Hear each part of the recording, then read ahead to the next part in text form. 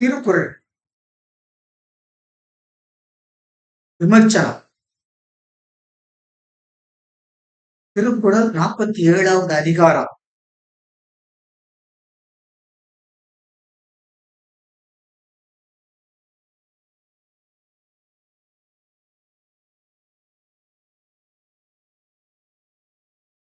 திருக்குறள் புதிய பரிணாமத்தில் அரிய குறை. அதிகாரம் 47 தெரிந்து செயல்வகை. 5 குறள்கள் 461 முதல் 465 வரை. படக்காட்சி 202, நாள் 8/8/26.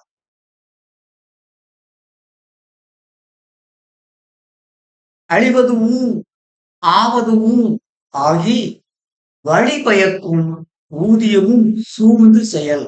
அழிவதும் ஆவதும் ஆகி வழி பயக்கும் ஊதியமும் சூழ்ந்து செயல். சொற்பொருள். அழிவதும் ஆகும் செயலையும் ஆவதும் வரும் வரவையும் ஆகி வழிபயக்கும் ஊதியமும் அதனால் வரவிருக்கும் வருமானத்தையும் சூழ்ந்து செயல் ஆராய்ந்து செயல்பட வேண்டும். சூழ்ந்து ஆராய்ந்து. விளக்கம். ஒரு செயலை செய்ய தொடங்கும் என்னால் அச்செயலை செய்வதற்கு என்ன செலவாகும், செய்து முடித்த பின் என்ன வருமானம் வரும், அவ்வாறு வரும் வருமானம் முன்னால் செய்த செலவை விட அதிகமாக இருக்குமா என்ற அனைத்து காரணிகளையும் நன்கு ஆராய்ந்து செயல்பட வேண்டும். அதுவே அறிவார்ந்த செயலாம். பொருள். செலவையும் வரவையும் ஆராய்ந்து செயலில் ஈடுபடல் அறிவுடைமை. கரு. திட்டமிடா இச்செயலும் செழிப்பதில்லை சீருலகில். குறள் 462. தெரிந்த இனத்தோடு தேர்ந்தெண்ணி செய்வார்க்கு அரும்பொருள் யாதொன்றும் இல். தெரிந்த இனத்தோடு தேர்ந்தெண்ணி செய்வார்க்கு அரும்பொருள் யாதொன்றும் இல். சொற்பொருள். தெரிந்த இனத்தோடு. ஒரு செயலை தெளிவாக தெரிந்த நண்பர்களோடு தேர்ந்து நன்கு தெரிந்து கொண்டு எண்ணி செய்வார்க்கு தானும் ஆராய்ந்து செய்பவர்க்கு அரும்பொருள் யாதொன்றும் இல். செய்ய முடியாத செயல் எதுவும் இல்லை. அரும்பொருள் செய்தற்கரிய செயல். விளக்கம்.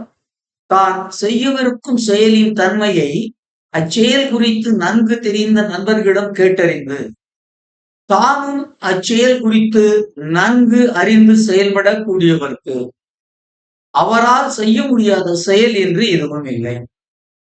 ஒரு செயலின் தன்மையறிந்து செய்வார்க்கு இயலா செயல் இல்லை. கரு. தெளிந்து செயல்படின் இமயமும் கைகூடும். தெளிவற்ற செயல் தீயென சுட்டுவிடும். குறள் 463. ஆக்கம் கருதி முதலிழக்கும் செய்வினை ஊக்கார் அறிவுடையா. ஆக்கம் கருதி முயலிழக்கும் செய்வினை ஊக்கார் அறிவுடையா. சொற்பொருள்.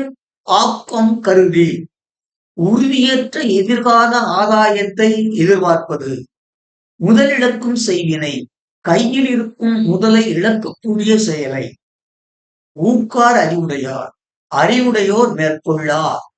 ஊக்கல் முயல்தல் மேற்கொள்ளல். விளக்கம். உறுதியற்ற ஆதாயத்தை எதிர்பார்த்து கையில் உள்ள முதலை இழக்கும் செயல்களில் அறிவுடையோர் ஈடுபடார். பொருள். பெரும் ஆதாயம் எதிர்பார்த்து கை முதலை இழத்தல் அறிவீனம். கரு. வரும்பொருள் கணித்து கைப்பொருள் செலவிடல் அறிவுடைமை. குறள் 464. தெளிவிலதனை தொடங்கார் இழிவென்னும் ஏதப்பாடு அஞ்சுபவர். தெளிவில் அதனை தொடங்கார் இழிவென்னும் ஏதப்பாடு அஞ்சுபவர். சொற்பொருள். இழிவு என்னும் ஏதப்பாடு அஞ்சுபவர். அவமானத்திற்கு அஞ்சுபவர். தெளிவு இலதனை தொடங்கார். வெற்றி தருமன உறுதியற்ற செயலை செய்ய தொடங்கார். இழிவு இகழ்ச்சி, ஏதம் ஏன் குற்றம், ஏதப்பாடு குற்றம் விளைவிப்பவை. விளக்கம்: ஒரு செயலை செய்வதால் தமக்கு அவமானம் ஏற்படும் என்பதை உணரவல்ல அறிவர் தமக்கு தெளிவும் நம்பிக்கையும் இல்லாத ஒரு காரியத்தை தொடங்கார். பொருள்: அவமானத்திற்கு அஞ்சுபவர் தெளிவற்ற செயலை தொடங்கார். கரு: செயலின் விளைவை தூக்கி செயல்படல் அறிவுடைமை. செயலின் விளைவு தூக்காது செயல்படல் அறியாமை. குறள் 465. வகையறச் சூழா தெழுதல் பகைவரை பாத்தி படுப்பதாறு.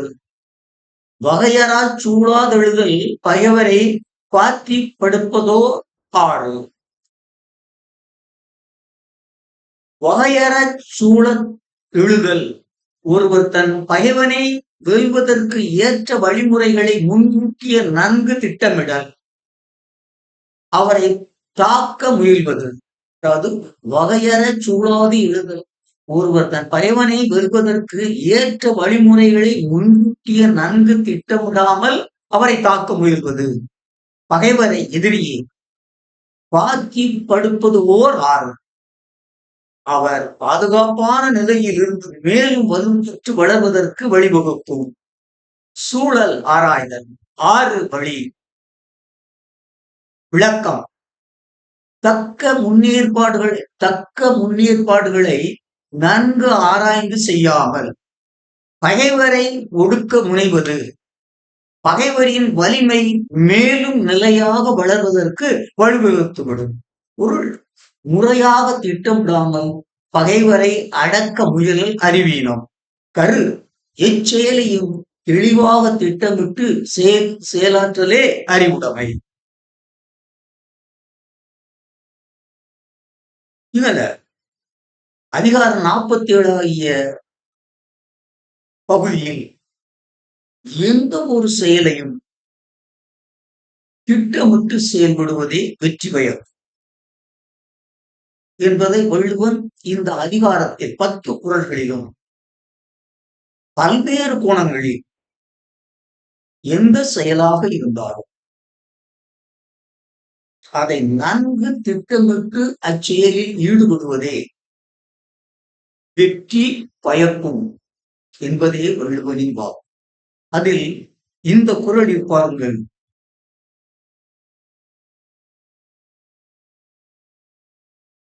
அதாவது குறள் 62 தெரிந்த இனத்தோடு தேர்ந்தெண்ணி செய்வார்க்கு அரும்புல் யாதொன்றும் ஏறு.